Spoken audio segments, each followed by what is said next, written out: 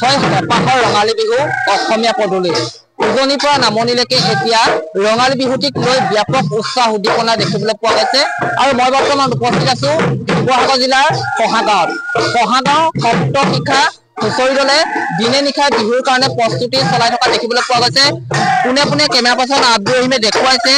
সপ্ত শিখা হুঁচৰি দলে এনেধৰণে বিহুৰ কাৰণে তেওঁলোকে মুকলি কৰি এনেদৰে আখৰা কৰিছে মঞ্চ বিহু চোতাল বিহুৰ কাৰণে তেওঁলোকে প্ৰস্তুতি চলাইছে মুঠৰ ওপৰত এতিয়া চৌদিশে কেৱল আপুনি শুনিব ঢোল পেঁপা গগনা মাত আৰু এনেধৰণে তেওঁলোকে আখৰা কৰা দেখিবলৈ পোৱা গৈছে পোনে পোনে কেমেৰা পাৰ্চন আব্দুল ৰহিমে প্ৰতিদিন টাইমত দৰ্শকসকলক বিহুৰ আখৰা দৃশ্য দেখুৱাব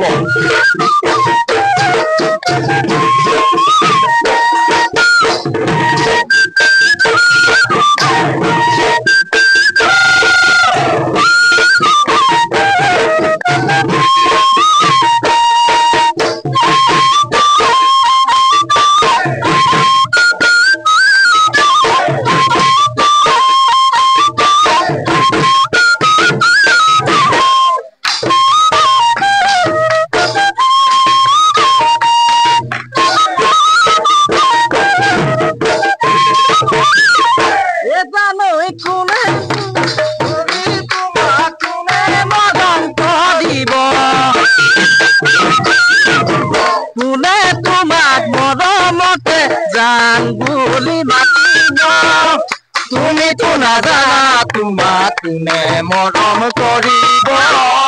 কোনে তোমাৰ মৰমতে জান বুলি মাতিব জানো জানো জানো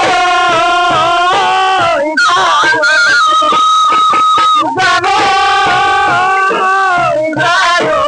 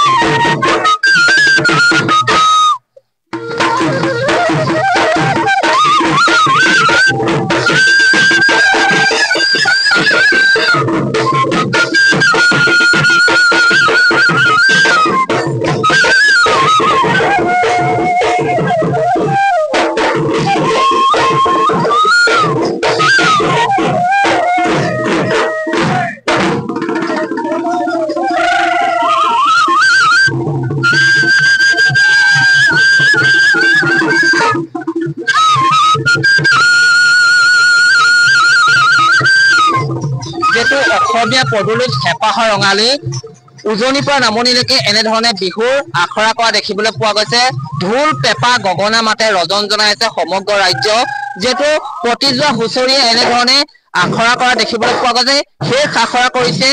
যে কহাগাঁৱৰ সপ্ত শিখা হুঁচৰি দলে এক সুন্দৰ পৰিৱেশ বুলি ক'ব লাগিব যেটো অসমীয়া প্ৰাণৰো প্ৰাণ হেঁপাহৰ ৰঙালী বিহু আৰু ৰঙালী বিহুটি অহাৰ লগে লগে অসমীয়া গা সাতখন হয় আৰু এনেধৰণে তেওঁলোকে